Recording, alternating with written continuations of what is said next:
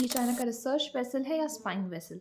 क्योंकि रिसर्च के नाम पर चाइना इंडियन ओशन में कुछ भी कर रहा है और वो भी भारत से ज़्यादा दूर नहीं। नमस्कार, I am Yashasvi, explaining geopolitics for you. Post 2008 China का प्रेजेंस इंडियन ओशन में लगातार बढ़ रहा है, लेकिन कैसे और क्यों?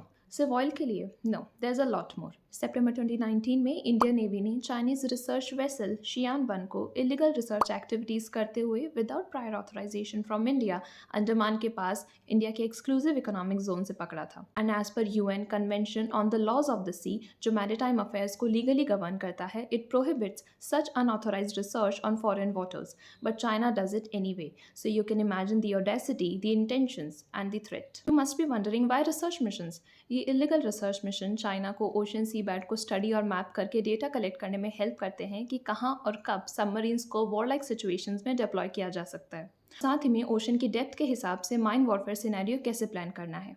और यही नहीं, wind patterns across Indian ocean China को ये बता सकते हैं कि चाइना या उसके एनिमीज के एयरक्राफ्ट या फाइटर जेट्स को कौन से सीजन में और कहाँ टेक ऑफ या लैंड करवाया जा सकता है।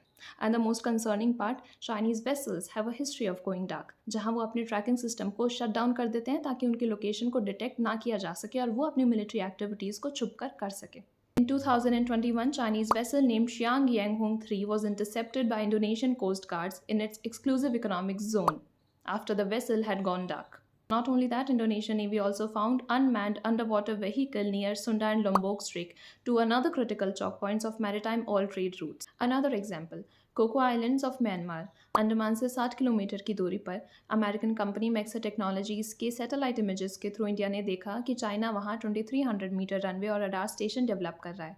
और जब हमने म्यांमार को कंसर्न जताए presenting satellite images, Myanmar denied the presence. And consequently China ने म्यांमार से होते हुए एक ऑल्टरनेटिव ट्रेड कॉरिडोर बना लिया है। ये प्रोजेक्ट डायरेक्टली चाइना की यूनान प्रोविंस को इंडियन ओशन रीजन से जोड़ता है थ्रू साइनो म्यांमार पाइपलाइंस।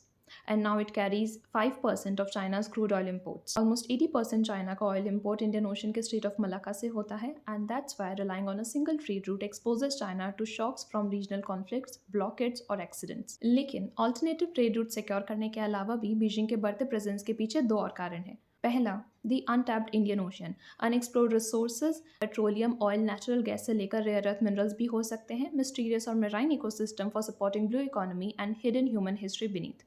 दूसरा, चाइना अपने एनिमीज के coastal developments, maritime operations, naval movements और डिफेंस स्टेटस को ऑब्जर्व करना चाहता है। And therefore India has good enough reasons to be concerned about China's rising influence in IOR and ask